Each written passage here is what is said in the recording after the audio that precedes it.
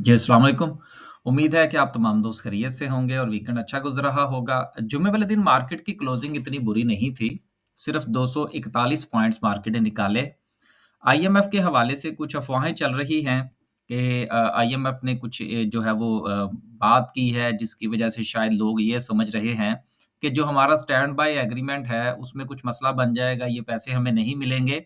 देखिए stand by agreement जो था उसमें कोई ख़ास किसी किस्म के हवाले से हमें कोई इंस्ट्रक्शंस नहीं थी कि आपने ये काम करने हैं और ये करने हैं। कुछ बस समझ लीजिए कि एक डेली रूटीन की बातें थी और जो एग्रीमेंट हुआ था जो कि स्टैंड बाय एग्रीमेंट था, वो सिर्फ़ और सिर्फ़ प्राइम मिनिस्टर की स्वाबदीद पर या उनकी रिक्वेस्ट पर हुआ था।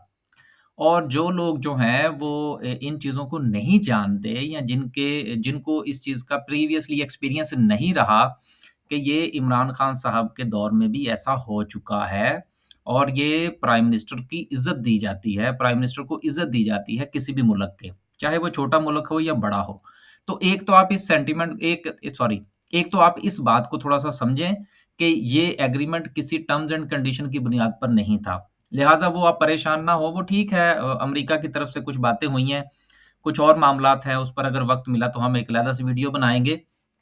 लेकिन जुम्मे वाले दिन 241 पॉइंट्स जो हैं वो आईएमएफ की वजह से निकले हैं या कुछ बैड न्यूज़ हैं, तो ऐसा कोई सिलसिला नहीं है।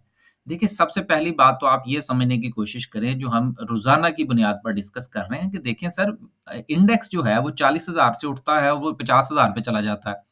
10,000 पॉइंट्स जो हैं वो मार्केट ने डाले हैं। अब 10,000 में से अगर मैं तो समझता हूँ कि अगर 10-100 पॉइंट्स भी निकल जाएँ जिसको आप लोग 1,000 पॉइंट कहते हैं तो उससे भी मार्केट को कोई फ़र्क नहीं पड़ता। इंडेक्स जो है उसने करेक्शन लेनी है, लोगों ने प्रॉफ़िट टेकिंग करनी है, इसलिए आप परेशान ना हों। लोगों के हाथ-पाँव नहीं फूलने चाहिए 241 पॉइंट से, कुछ नहीं हुआ। मार्केट 500 पॉइंट्स तक भी आप ये ज़हन में रखिएगा जितना इंडेक्स चल रहा हो उसकी आप एक ख़ास परसेंटेज ज़हन में रखिएगा। अगर फ़र्ज़ कीजिए कि मार्केट 50,000 पर है तो 500 ज़हन में रख लें, 40,000 पर है 400 ज़हन में रख लें, 45,000 पर है 450 पॉइंट ज़हन में रख लें। ये एक साइकोलॉजिकल लेवल होता है बेसिकली। अगर इतने पॉइंट्स जो हैं वो मार्केट एक दिन में लूज़ कर देती है तो उसको किसी भी हवाले से आप ना तो करेक्शन मैं तो करेक्शन नहीं समझता। क्योंकि मैंने हमेशा अपनी वीडियो के अंदर एक बात आपको बताने की कोशिश की है और वो ये है कि स्टॉक मार्केट का कोई थंब रूल नहीं है।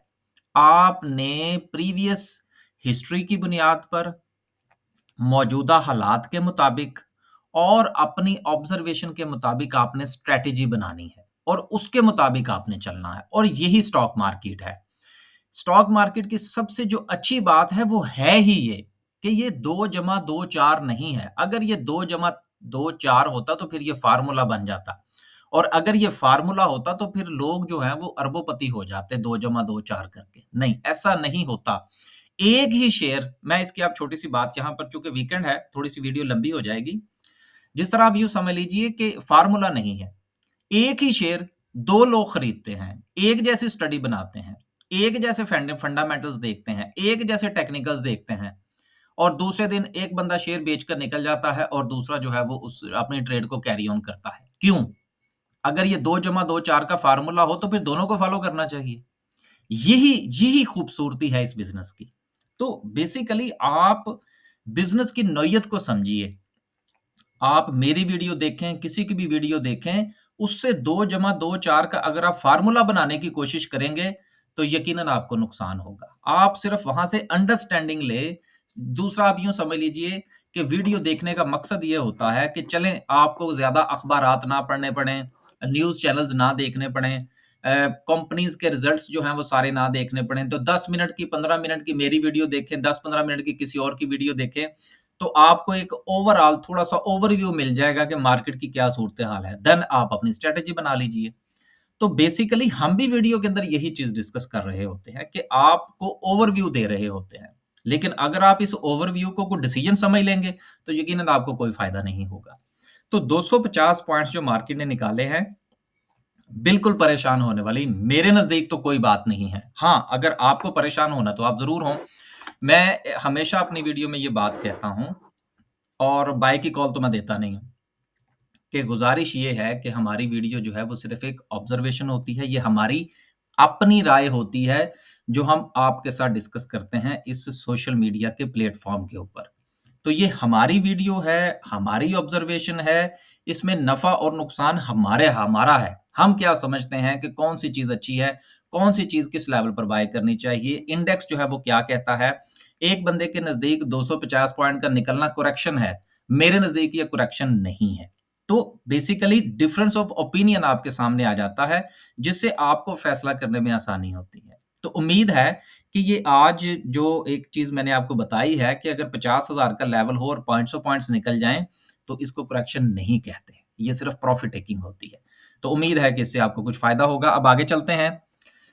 250 पॉइंट्स मार्केट ने निकाले और वॉल्यूम की क्या सूरत-ए-हाल रही, ट्रेंड क्या है, वो इंशाल्लाह चलेंगे आगे कैंडलस्टिक पर तो डिस्कस करने की कोशिश करेंगे। सर्किट ब्रेकर की क्या सिचुएशन है? अब ये देखिए, बात थोड़ी-सी सोचने वाली है कि 250 पॉइंट्स मार्केट ने निकाले हैं और 11 कंपनीज़ आपको अपर कैप मिल रही हैं। करेक्शन कहाँ से आ गई? करेक्शन तो आएगी मार्केट का एक लेवल आगे चल के हम आपको डिस्कस करेंगे, बल्कि शायद वो उस लेवल तक भी मार्केट चली जाए तो करेक्शन ना होगी, करेक्शन उसके बाद शुरू होगी। अभी सारी की सारी प्रॉफिट टेकिंग है। माशाल्लाह से 11 कंपनीज़ हैं जिसमें सबसे अच्छा वॉल्यूम जो है वो बैंक अल हबीब में नज़र आ रहा है। उसके बाद अच्छा वॉल्यूम जो है वो हमें रोशन पैकेजेज़ में है। पाक सुज़ुकी तो बहरहाल अब रोज़ की बात है, वो तो कैपो कैप ही जाएगा अब आगे और मुझे बड़ी खुशी है, ये इनसे पैसे निकलवाएँ जितने हो सकते हैं। लोअर कैप की बात बात करें तो एटलस बैटरीज़ है जिसको लोअर कैप लगा और उसके बाद कुछ और को काबिल ज़िक्र कंपनी नहीं है इसके अलावा। देखिए आपको याद होगा कि कुछ जो कंपनीज़ हैं जो जो इनका जो आप यूँ समझ लीजिए कि जिनका जो फ्री फ्लोट है वो बहुत कम होता है। मैंने आज से मेरा ख़्याल है कि कुछ अर्सा पहले मैंने डिस्कस किया था कि कुछ लोग जो है वो सोशल मीडिया के ऊपर जो छोटे फ्री फ्लोट वाली जो कंपनीज़ हैं उनको प्रमोट करते हैं। और वो ज़ाहिर-सी बात है 10,000, 15,000, 20,000 का जैसे ही वॉल्यूम लगता है, वो कंपनी अपर कैप हो जाती है। आप ज़रा ना थोड़ा-सा चीज़ों को समझा करें। अगर आप सोशल मीडिया के ऊपर जाएँगे और आप वहाँ से अगर टिप्स उठाएँगे और आप उसको बगैर देखे कि ये इसका फ्री फ्लोट कितना है, इसके टेक्निकल्स क्या कह रहे हैं, इसके फंडामेंटल्स क्या कह रहे हैं, अगर आप उसको बाय करने की कोशिश करेंगे, तो यकीनन आपको कुछ ख़ास फ़ायदा नहीं होगा। अपनी स्टडीज़ ज़रूर बनाया करें। इवन कि अगर आपने कोई व्हाट्सएप ग्रुप भी अगर जॉइन कर रखा है या फ़र्ज़ कीजिए हमसे ही आप सर्विस ले रहे हैं, क्लाइंट्स हैं हमारे भी बहुत सारे। उसके बावजूद भी हमारी बातों पर भी आँखें बंद करके जो है वो अमल नहीं करना चाहिए। देखा करें कि यार ये बंदा जो बात कर रहा है या इसने जो बाय की कॉल दी है, उसको जाके रीचेक करें, उससे आपको सीखने का मौका मिलेगा। तो ये चीज़ें जो हैं ये साथ-साथ लर्निंग का प्रोसेस चलता रहता है। कभी भी ये ना समझें कि आपको जो बात मिल गई है, बस आपने आँखें बंद करके उसी के ऊपर अमल करना है। हमें जो है वो सीखते हुए इतना अरसा हो गया और अभी भी हम जो है वो स्टूडेंट हैं और सीखने का अमल जो है वो जारी है। आगे चलते हैं जी और देखते हैं कुछ रिजल्ट्स थे, उन पर भी इंशाल्लाह बात करने की कोशिश करेंगे। 241 पॉइंट्स मार्केट ने निकाले। देखना ये है कि किस सेक्टर में से कितने पॉइंट्स निकले हैं। सबसे ज़्यादा पॉइंट्स निकले हैं टेक्नोलॉजी सेक्टर में और जो परफ़ॉर्म किया है वो कमर्शियल बैंक्स ने है और बैंक्स की परफ़ॉर्मेंस में सबसे ज़्यादा किरदार जो है वो डिविडेंड की अनाउंसमेंट्स का है। और इंशाल्लाह जब ये बैंक्स की जो ईयर की क्लोजिंग होंगी, उसमें भी आपको अच्छे रिज़ल्ट्स देखने को मिलेंगे। और उन दिनों जो है वो आपका वो क्या कहते हैं जी, इलेक्शन का जो है वो भी सीज़न होगा, तो वहाँ पर आपको अपॉर्च्युनिटीज़ मिलेंगी इंशाल्लाह बाय करने के लिए। लोअर कैप की बात सॉरी निकलने का जहाँ तक ताल्लुक है कि जिस सेक्टर ने सबसे ज़्यादा पॉइंट्स निकाले हैं, वो टेक्नोलॉजी सेक्टर है, 170 पॉइंट्स निकले, ऑयल एंड गैस ने 51 पॉइंट्स निकाले। ऑयल एंड गैस मार्केटिंग है, उसमें से पॉइंट्स निकले हैं, then so and so market में थोड़ा-सा एक तो वो मंथ की क्लोजिंग थी, उसकी वजह से भी थोड़ा बहुत इम्पैक्ट जो है वो जनरेट हुआ। तो कोई इतना बड़ा मसला नहीं है। सूरत-ए-हाल जो है ओवरऑल मार्केट की वो दुरुस्त है। अनाउंसमेंट्स की बात करते हैं। अनाउंसमेंट्स आज बहुत ज़्यादा हैं, कोशिश ये करेंगे कि चीता-चीता 2-4 कंपनीज़ जो हैं उनका ज़िक्र किया जाए और बाकियों को छोड़ दिया जाए। जीएचएनआई का रिज़ल्ट है जी ₹1.45 की अर्निंग है, उसके बाद केटीए कोहिनूर टेक्सटाइल है ₹3.41 की अर्निंग है। देखिए फंडामेंटल्स को आप ज़रूर देखा करें, फंडामेंटल्स बड़े इम्पोर्टेंट होते हैं और जिस वक़्त मार्केट गिरती है, तो जो स्ट्रॉन्ग फंडामेंटल्स होते हैं देखिए फंडामेंटल कहते किसको हैं? बुनियाद को।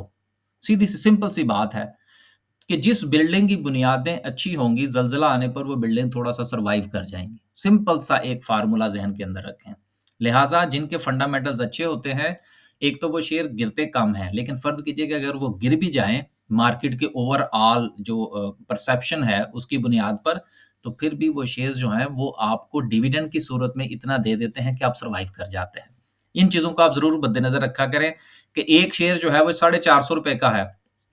उसकी अर्निंग जो है वो ₹2 की है। एक शेयर जो है वो ₹16 का है और उसकी अर्निंग ₹2.5 की है।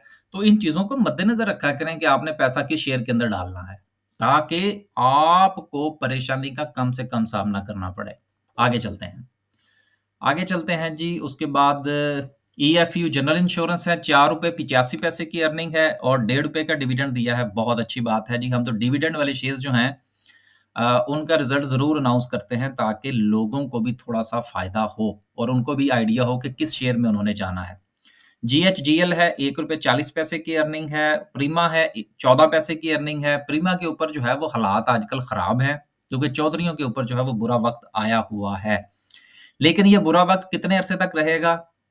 जल्दी इधर-उधर हो जाएगा। समझा करें बात को, आगे इलेक्शन भी तो करवाना है ना गवर्नमेंट ने। आईएनआईएल की बात करते हैं, ₹3.16 की अर्निंग है। उसके बाद मज़ीद अगर देखें तो मुगल स्टील है, ₹1.53 की अर्निंग है। ईएफयू लाइफ इंश्योरेंस है, ₹5.26 की अर्निंग है। ईएफयू की अर्निंग्स अच्छी आई हैं इस बार। देन उसके बाद ₹4.18 अर्निंग है डॉल्मेन सिटी की, लेकिन दिया-दलाया कुछ नहीं है। फैसल स्पिनिंग है, ₹7.33 की अर्निंग है। और अगर मज़ीद हम देखें किसी ने डिविडेंड दिया है तो यस, इंडस मोटर की ₹40.91 की अर्निंग है और ₹25 का डिविडेंड है। अच्छी कंपनी है, इसको कंसीडर किया जाना चाहिए जैसे ही हालात थोड़े से बेहतर होंगे। सुज़ुकी जब निकल जाएगी तो इसको भी इसका फ़ायदा थोड़ा बहुत हो सकता है। आगे चलते हैं जी और बात करते हैं आज की कैंडलस्टिक की।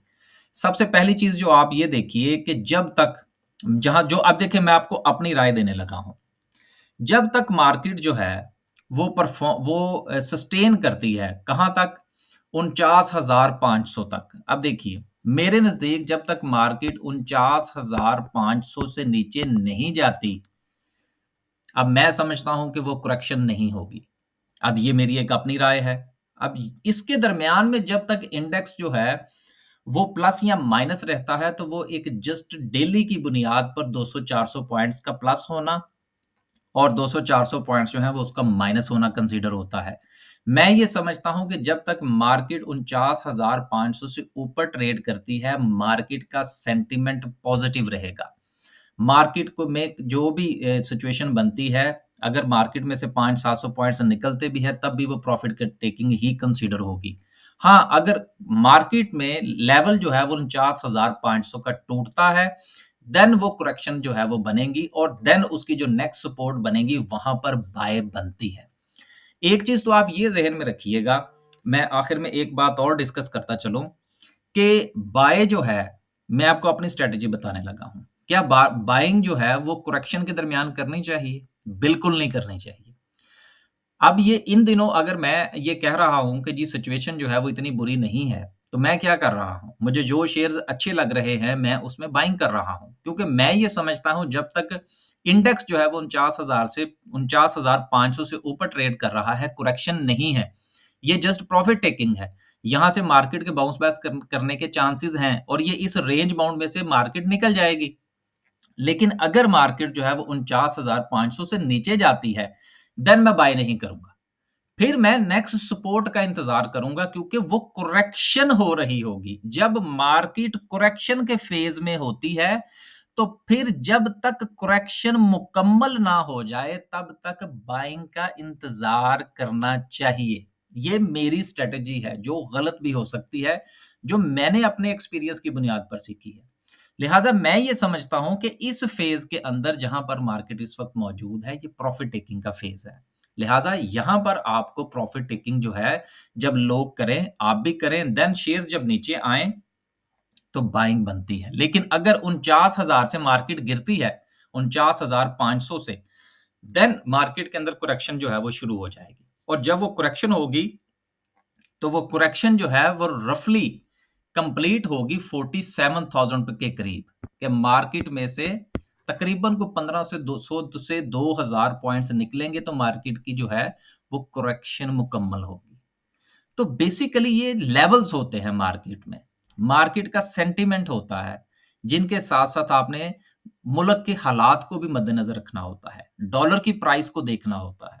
हो सकता है कि जिस वक्त मार्केट जो है वो 49,000 पे जाए, अगर खुदा ना खास्ता 1500 पॉइंट्स मार्केट में से निकलते हैं और मार्केट 49,500 पे चली जाती है और उस वक्त साथ में कोई न्यूज ऐसी आ जाती है कि फर्ज कीजिए इलेक्शन में कोई ऐसी कंपनी, ऐसी जो है वो कंपनी कहने लगा था, ऐसी कोई पार्टी जीत जाती है जिसके हवाले से सेंटीमेंट बहुत अच्छा है, तो मार्केट गई वापस। लेकिन अगर वहीं पर कोई ऐसी न्यूज आपको मिल जाती है कि जो मार्केट को मजीद मुतासिर कर सकती है, तो मार्केट 47,000 पे जाएगी। तो बेसिकली लेवल्स को जो है वो आप आइडेंटिफाई करें, लेवल्स के मुताबिक काम करें, फिर इंशाल्लाह आपको मार्केट में से इंशाल्लाह प्रॉफिट होगा, नुकसान नहीं होगा। तो आज की वीडियो जो थी वो थोड़ी-सी लंबी हो गई, जिसमें हमने ना सिर्फ़ के लेवल्स के हवाले से थोड़ी-सी बात की, बल्कि जो मेरी राय है करेक्शन के हवाले से और प्रॉफिट टेकिंग के हवाले से वो भी आपके साथ मैंने शेयर की, ताकि हो सकता है कि आपको भी उससे कुछ फ़ायदा हो सके। बस जी खुश रहें, आबाद रहें। इंशाल्लाह कल एक नई वीडियो के साथ हाज़िर होंगे। अल्लाह हाफ़िज़।